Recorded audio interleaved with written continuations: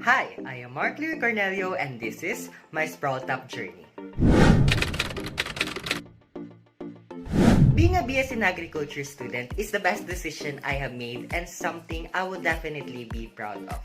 Having a simple dream of wanting to make a positive impact on the world made me pursue further study on the field of agriculture.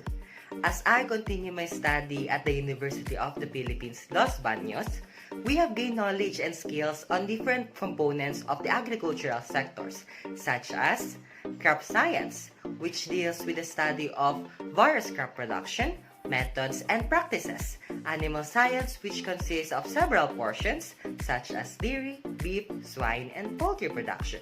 The field of agriculture also deals with the principles of crop protection, such as weed management, entomology, and plant pathology.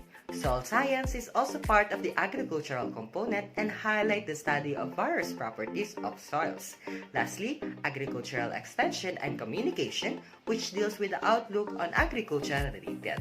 I believe that agriculture is not just a profession but rather a source of hope for each individual. It needed much dedication as agriculture holds a responsibility for keeping life on earth and maintaining a sustainable lifestyle for the betterment of the community.